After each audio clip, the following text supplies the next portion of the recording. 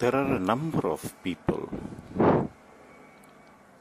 very well intentioned, who believe that organized religion does more harm than good.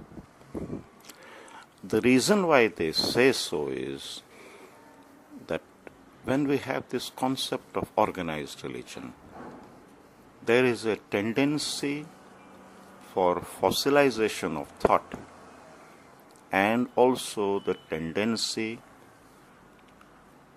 to fight not just at the ideological level but even at the physical level with people of another religion. So therefore, organized religion, one can say, has this fault of bringing about such concretization or fossilization of thought. However, I think about it a little differently. To throw out organized religion is like throwing out the baby with the bathwater. Why do I say so? Please remember that from time immemorial, people have had the need and people have had the strong desire to follow a certain spiritual path. And organized religion gives them easy access to follow that spiritual path. So therefore, there is already a ready-made template to follow, and that makes life easier for people to do that which is good. However, the problem with organized religion, and that is also something that we should think of, is the tendency to protect and preserve everything that is a part of one's organized religion, in spite of the fact that one realizes that there are a number of faults. Now, as an attitude, this is a good attitude to have because it is necessary to protect yourself. It is necessary to like all that matters for you, in spite of the fact that it may have faults. But that attitude can lead to one major problem. And that major problem you realize when people of different faiths are called on a common platform to discuss what is good about religion and what is not that good about religion. And when people of different faiths assemble, especially if you have something like a panel discussion or you have a discussion on TV, the major activity that every person from that religion does is promotes or points out the strong points of his religion and is busy attacking the weak points of the other person's religion. Or if somebody finds fault with your religion, you immediately become defensive and shoot back, attack. You are not in a position to pause and ponder whether the point that the other person is making is actually a valid point. So it becomes advocacy. What does an advocate do? He protects the interests of his client regardless of the fact that the client may be guilty. So therefore, it becomes a slanging match. It becomes an adversarial position. It becomes a political game. What happens in politics? My political party, it may have a lot of faults, but I will all the time try to conceal it and project that which is good. And in doing that, I am busy attacking and finding fault with the other political party. So religion, organized religion, has this ability to politicize itself. So on the one hand, as I said, it is good as a protectionist measure because you need to protect yourself, but it is not good as a measure of evolution. When does actually a person or an entity evolve? It evolves only when it realizes the faults that it has. That does not mean it does not take care of all the good that it has. It knows that there are so many things that are good, but it realizes its faults and makes solid attempts to remove those faults. So therefore, when you think of it like this, if organized religion has this power to bring about spirituality at your doorstep, as though to help you to become a spiritual individual, the power of prayer, the power of brotherhood, the power of compassion, the power of going ahead and doing things for others who are deprived. A great amount of such wonderful activities carried out by organized religion. The only problem that it possibly has is it tends to fossilize and it tends to become protectionist. So therefore, in this manner, I am reminded of Gandhiji's thought.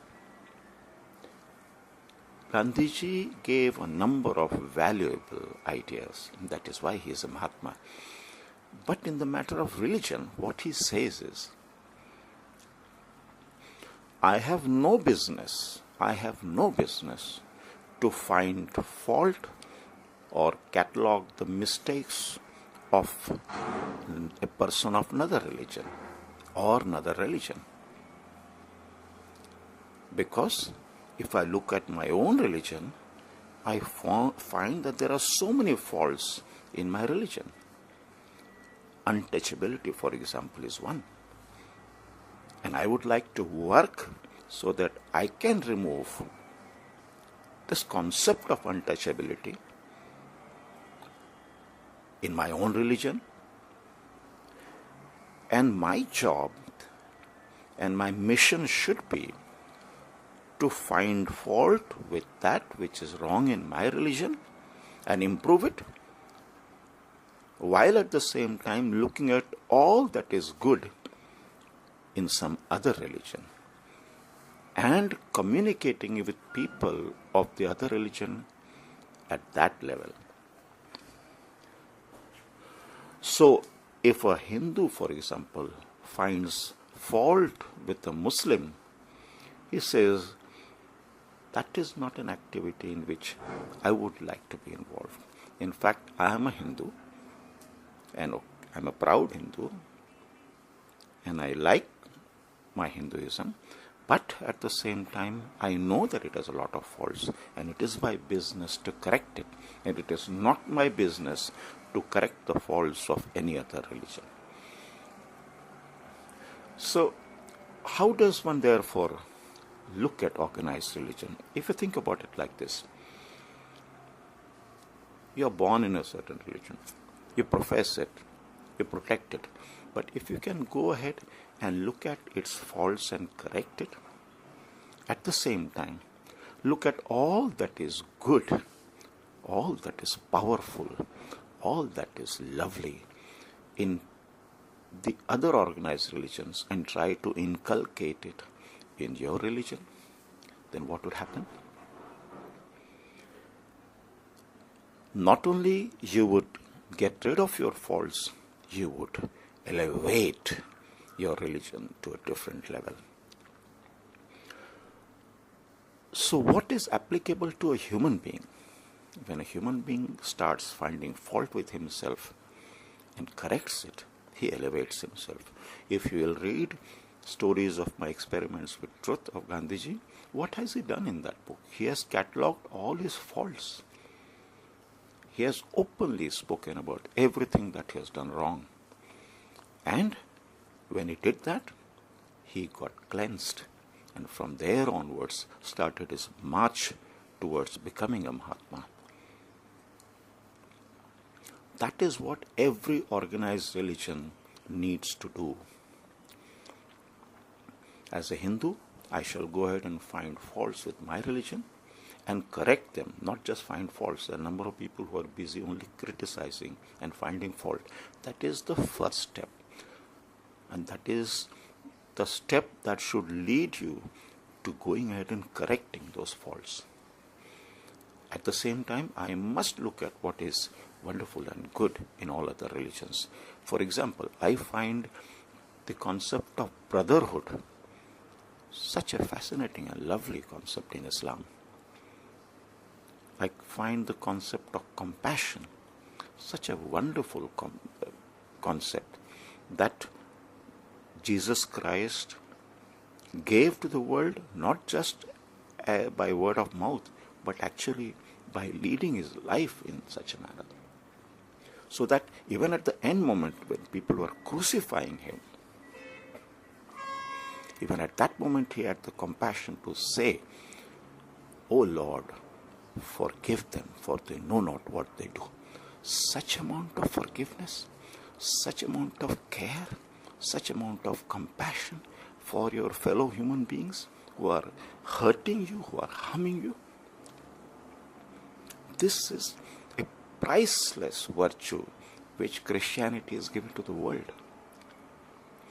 If I follow my Hinduism, I can take that aspect of compassion from Christianity and elevate my thinking, my persona, my whole self, and even my religion.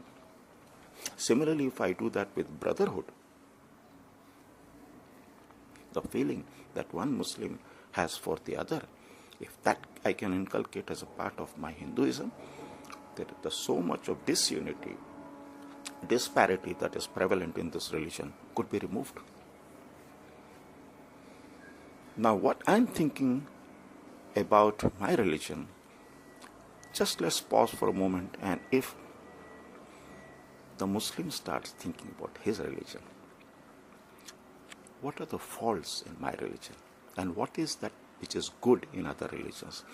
And I start removing those faults and I start bringing in that which is good from other religions into my religion. Let's say if the Christian starts doing the same.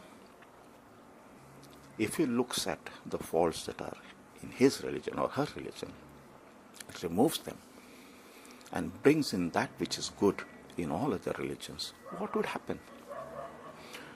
This whole corpus of organized religion would have cleansed itself of all that is not allowing it to become deep and wonderful spirituality and gravitating it to the level of a political party or an aggressive confrontationalist attitude. If that is out of organized religion, if politicization and concretization is out, if wanting to elevate itself, and by wanting to elevate itself, all its followers, if they get elevated, then where is the fault with organized religion? So therefore, this is, on the one hand, the cleansing that I need to do with my religion, and the open acceptance of that which is wonderful and lovely in every other religion. If I do that, I would have made organized religion actually to become deeply and wonderfully spiritual and elevated my consciousness. And if I do that to myself, and if, let's think, everybody does that in whatever religion they are, then what a wonderful world this would be. Where are we thinking in terms of religious wars? Where are we thinking in terms of religious combats? Where are we thinking in terms of religious conflicts? All those conflicts, to an extent, would get resolved,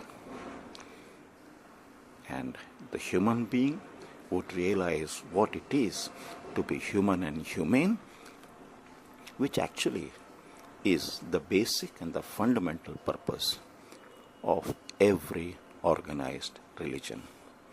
So in actualizing that, organized religion would have actualized itself. Just pause and ponder over what this thought is and what that great Mahatma gave us in the form of a souvenir,